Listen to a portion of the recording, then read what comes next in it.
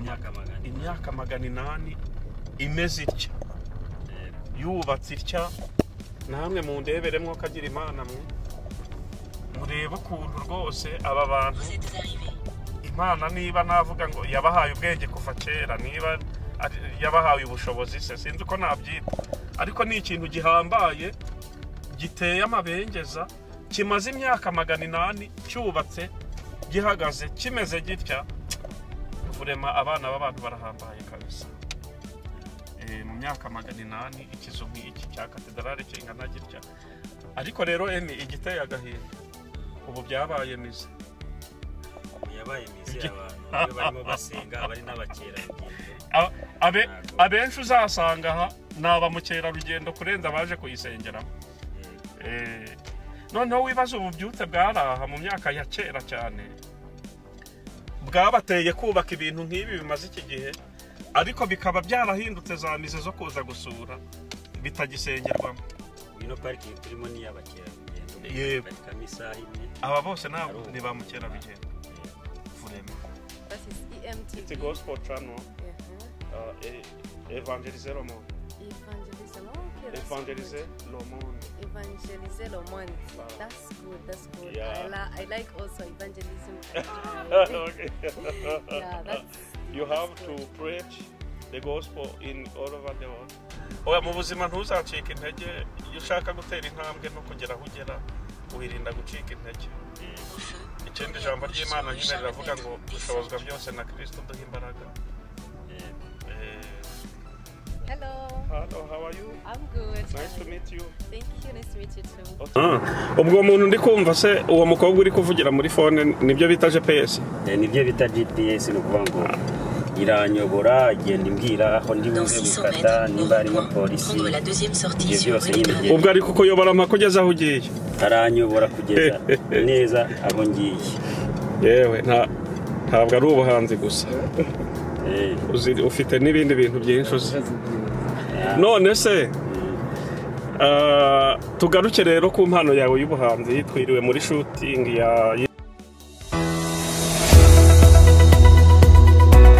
Evangeliser le monde pro service dutanga dufata kandi tugatunganya amafoto n'amashusho y'ubukwe bwawe neza ndetse n'ibindi birori bitandukanye urifuza gukoresha YouTube tugufasha kwagura YouTube channel yawe vuba ukeneye channel yo kugura nabyo turabigufasha ufite channel ariko wabuze kushyiraho ibiganiro tugufatira amashusho tukakweditingira ndetse tukanabigushyira kuri YouTube channel yawe mu gihe gito nawe utangiye kuryoherwa n'ifaranga rya YouTube kubifuza ko ibirori byabo birebwa mwako kanya ku isi yose dukora live streaming ukeneye kwiga gucuranga piano cyangwa gitari aho waba uherereye hose ku isi tubigufashamo utiriwe uva aho uri dukorera mu Rwanda no mu Bufaransa waduhamagara kuri izo nimero ubona kuri screen yawe Evangeliser le monde.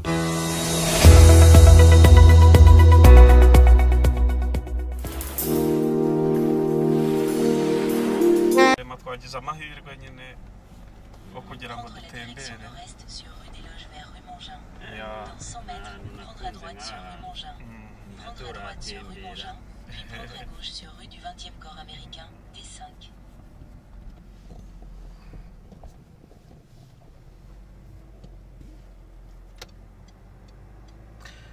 kuki wahisemo Evangeliser le monde kugira ngo aba ariyo yagufasha mu rugendo rwo ku nkuko bivuze nyine impamvu nayihisemo nuko nagumye nyibona nk'abandi ko ikora ibintu bijyanye n'ibyo ndimo yo kuvuga ubutumwa bwiza no gukora indirimbo zifasha abantu no kubahumuriza nibo bashobora kumfasha cyane kuko bari mu nzira bari muri domaine yanjye okay ko nagerageje kwisunga abandi ariko kubera ko wenda n'abantu badakunda gospel cyangwa badakunda indirimbo zifasha abantu habona ko bishobora kuzangora cyane harimo no kunca intege kubera ko nyine muri ino myaka turimo abantu benshi baba bakeneye ibintu bihuza abantu ariko ahanini nta butumwa usanga bitanga cyane rwose rero nabahisemo nk'abantu numva ko mushobora kumfasha kandi ibikorwa byanyu ndabikurikirana inshuro nyinshi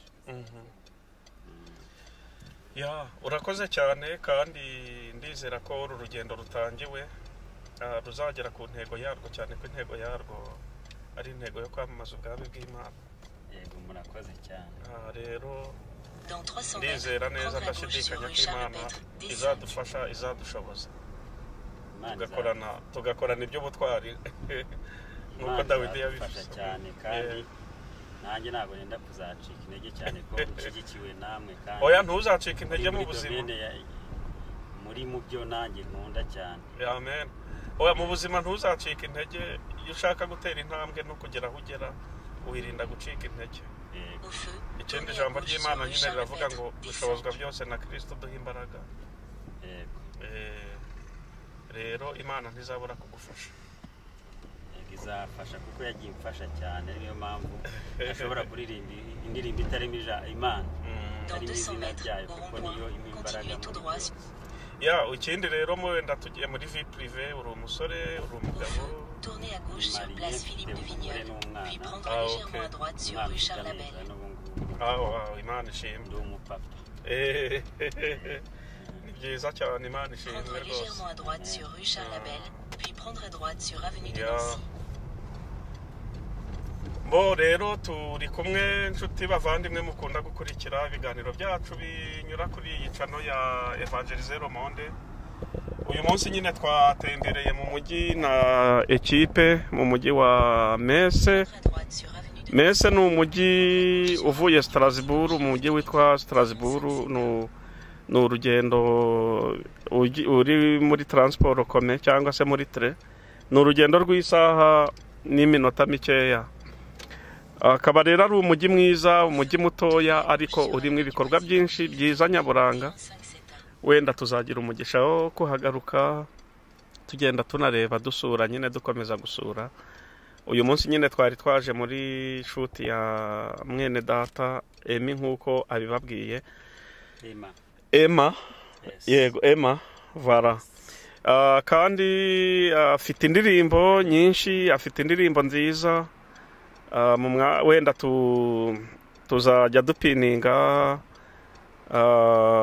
channel ye kuri channel ya Evangelize Le Monde kugira ngo nyabuneka bazajya bakurikira indirimbo ze, abazajya bumva ubutumwa bwiza buzirimo, mujye muzisharinga mu partage kuko yuko ese hari igihe kijya bashyiramo imiziki. Wow, shana ko ari heza wa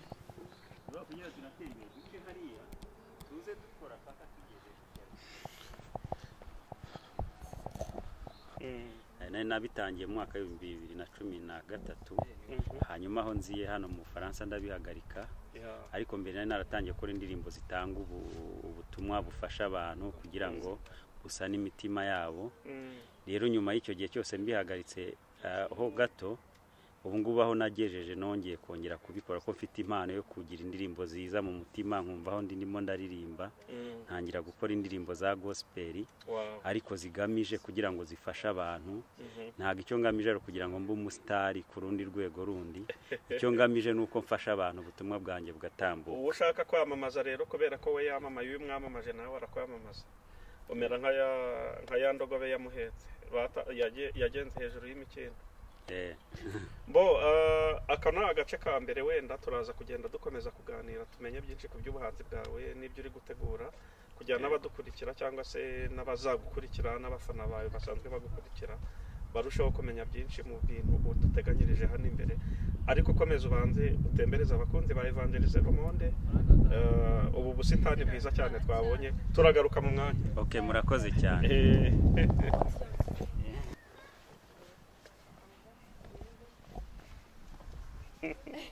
Hello. Hello, how are you? I'm good. Nice to meet you. Thank you. Nice to meet you too. What's your name?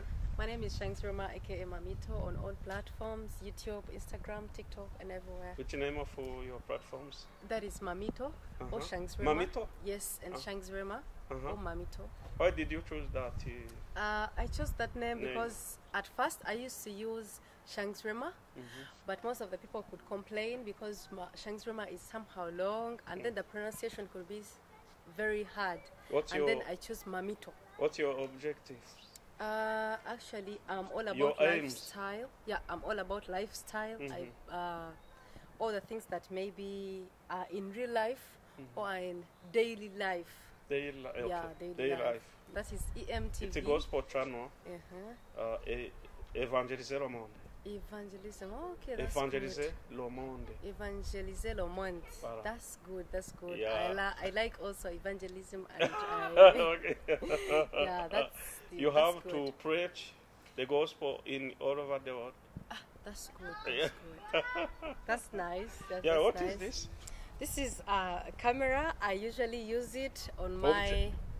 Lens. That's a lens. Lens, yeah. Yeah, this is actually a lens. Yeah. I normally use it on my videos, on my photos, Okay. for them to look good. Wow. Yeah. Thank you. Come on. Koze uwo murimo mwiza wo guparitaja bene so icyagufashije ubu uri kumufasha nyine kwagura ubwami bw'Imana. Natwe turahabaye nyine nka Evangeliser le monde kugira ngo dukomeze tubagezeho ibiganiro byiza by'ijambo ry'Imana, ibiganiro by'isanamitima, ibiganiro birimo nk'ibi nyine byo kubereka ahantu nyaburanga mu bihugu tuba turimo Imana dukinguriye nk'imiryango ngo dukoremo ivugabutumwa. Hari igihe nyine umuntu yibaza ngo ese ubundi bigenda bite, babaho bate, hameze hate. Ibyo byose ni utuntu umuntu ashobora kwibaza, ariko nka Evangeliser le monde uko tuzajya dushobozwa tuzajya tugira gutya tubakorere utuvideo nk'utu. Ndabizi ko tutabagwa nabi. Ya Emi tugenda Emma ndi kuvanga Emi na Emma byose ariko banza byenda gusa tugenda wenda twegera no ku musozo kugira ngo dukomeze n'umurimo nyine watuzanye. Na kubaza wenda ikibazo kiri simple ariko kinakomeye kivuga ngo ese abakunzi bawe bitege iki? Abakunzi banjye bitege indirimbo zifite ubutumwa zizafasha abantu kandi zigasana imitima y'abantu benshi. Yego. Bazanezerwa kandi bazabikunda cyane kubera ko nabitangiye namaze kubitekerezaho igihe kinini. Yego. Ni ukuvuga ngo ndimo ndakora uko nshoboye kose kugira ngo nzabahe ibintu bizagira umumaro cyane, kandi si n'inshuti zanjye gusa niko nzakora ibikorwa bizagira umumaro ku isi yose. Yego. Ya Imana ishimwe cyane kandi guha umugisha nagushoboze kuri iyo ntumbero nziza ufite, kuri iyo viziyo. Imana izakomeza intambwe z'urwo rugendo watangiye rwo kwamamaza ubutumwa bwiza binyuze mu ndirimbo. Ese kuri ubu umaze kugira nk'indirimbo zingahe? Ubu ngubu mfite indirimbo 5 z'amaudio zikoze neza. Wow. Iyi ngiyi tugiye turimo turakorera video. Ubwo nisohoka tuzabaha n'izindi zose tuzagerageza kugira zahita zisohoka. Kugira ngo turusheho gukora umurimo kandi tubahe ubutumwa uko Imana izagenda idushoboza. Ni byiza cyane. Urakoze rero, turagushimiye kubwo kwemera ko Evangeliser le monde ishobora gukoresha iki kiganiro nk'iki. Imana iguha umugisha. Reka dukomeze rero dutemberane twereke abakunzi ba Evangeliser le monde ibikorwa cyangwa se ibyiza nyaburanga bigize uyu mujyi twajemo wa Mese. Iriya ni katedrale? No, no urusengero. Ni urusengero rusanzwe. Hari na katedrale kugira mu minota ubu tugiye kuri katedrale rwose ihambaye cyane, ikomeye, kandi ikintu gitangaje ni igihe iba yarubakiwe. Imaze imyaka 800. Imaze imyaka 800 yubatswe imeze uko mugiye kuyibona. Ndibuka ubwo nageraga mu Bufaransa Strasbourg muri uwo mwaka najemo hari habaye anniversaire. Ni nabwo bwa mbere nari yumvisha kwibaho ngo anniversaire bita millennium. Donc yari anniversaire yo kwizihiza imyaka 1000. Katedrale ya Strasbourg imeze kuri imeze yubatse. Numva ni igitangaza cyane.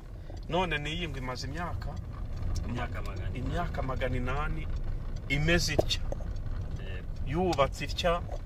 Namwe mu ndeberemwo kagira Imana mwe murebe ukuntu rwose aba bantu Imana niba navuga ngo yabahaye ubwenge kuva kera, niba yabahaye ubushobozi se sinzi uko nabyita, ariko ni ikintu gihambaye giteye amabengeza kimaze imyaka 800 cyubatse gihagaze kimeze gitya vurema abana b'abantu barahambaye kabisa mu myaka 800 ikizo nk'iki cya katedrale kingana gitya ariko rero igiteye agahinda ubu byabaye mize yabaye mize abantu iyo barimo basenga bari n'abakera rugendo abenshi uzasanga aha naba mukera rugendo kurenza baje kuyisengeramo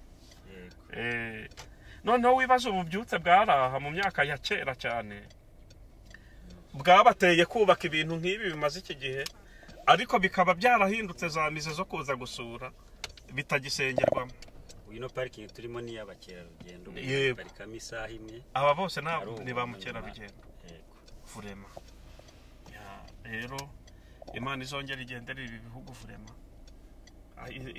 ibi bizu byuzuraga abantu baje gusenga nyine bakibyubaka byaruzuraga ngo hari ububyutse burenze budasanzwe ariko bisigaye ari byamize urumva rero ko bitoroshye umuntu ari kudusohoramo parking yuzuye arimo aragira ngo turangire hano hari parking hari ubuzuye ubu ngubu uri ko dushobora wenda uri yavuyemo ahari avuyemo yabona nawe bose nisaba ntibari kuvamo nabo nabonaga bakwamyemo hagati hanavuyemo agiye kuparika ariko hari akandi gasohotse hari indi modoka isohotse ndebe harigena gusa nuko mbonye nkozere ese hari igihe kijya bashyiramo imiziki wow shana ko ari heza wa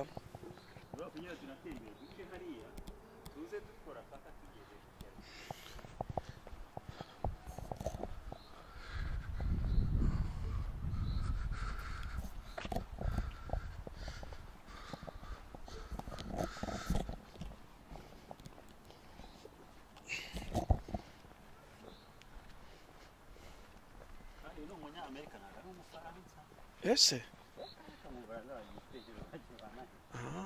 yego rata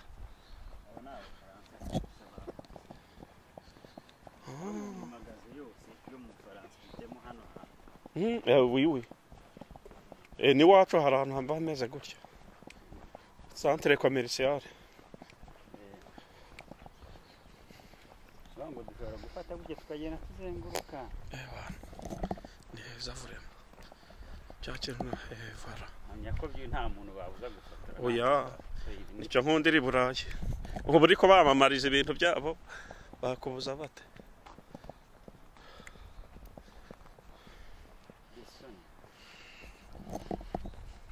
hano habamo hano komanda harimo duhanda n'akamodoka kagenda gatembereza gatembereza abantu nyine habari abantu ya tugikomeza gutembera rero muri uyu mujyi wa Mese ndabona rwose umaze kumenyera imihanda yose urayikata uko wishakiye cyane rwose maze kuhamenyera bigenda bite ngo umuntu ametirize gutwara ahantu nk'aha bisaba kumenyera gutwara ureba indikasiyo z'imihanda kubera ko rimwe na rimwe hari igihe uba utwara wifashishije GPS n'ibibe byagukundira ko ukomeza kuyikoresha bitewe n'uko umuriro washize muri telefoni rero bisaba kumenyera igihe cyose kugenda ureba nk'urugero nk'aha nk'igipani bikwereka ahantu tugiye guca uba ngomba kumekinga shuwa ko ntari buze kuyoba mbere ya metero 100 yuko ngera mu ihuriro ry'imihanda ubwo muntu ndi kumva se uwo mukobwa uri kuvugira muri phone nibyo bita GPS nibyo bita GPS no kuvuga ngo iranyobora igenda imbwira aho ndi buze gukata nimba harimo polisi byose nyine ubwo ari kukuyobora amakugeza aho ugiye aranyobora kugeza neza aho ngiye yewe ntabwo ari ubuhanzi gusa ufite n'ibindi bintu byinshi uzi none se tugaruke rero ku mpano yawe y'ubuhanzi twiriwe muri shooting y'indirimbo yawe kandi ufite n'indirimbo zindi nyinshi niba ari nakubeshye ufite izindi 3 zaraye zisohotse y'umugoroba nazo tuzakora mu minsi izaza none se iyi ndirimbo nibwo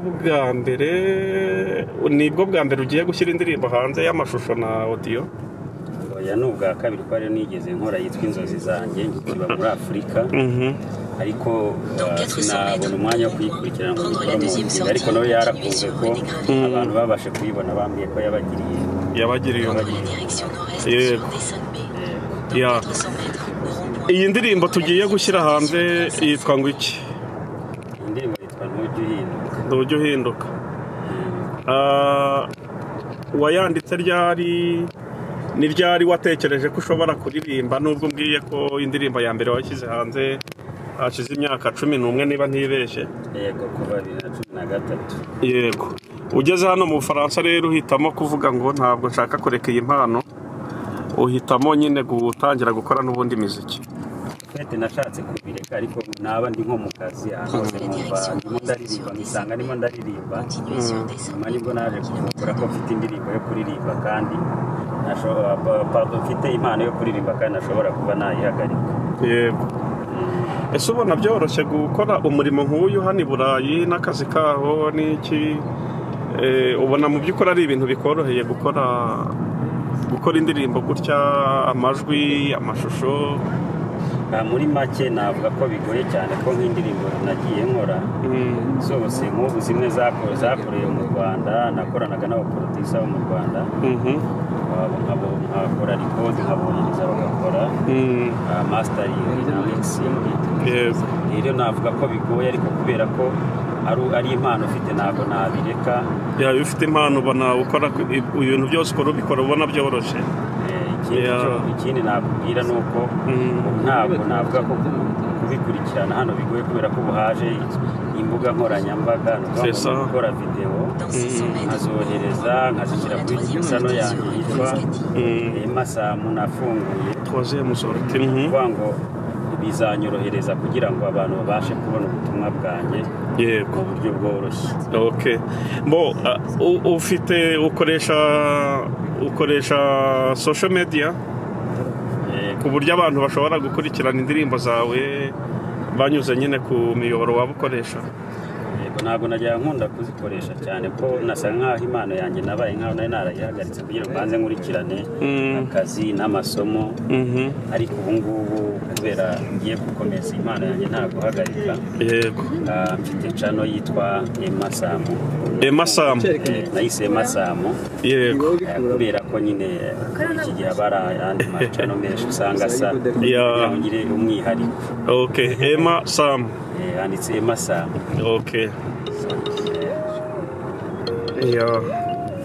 Ni byiza cyane.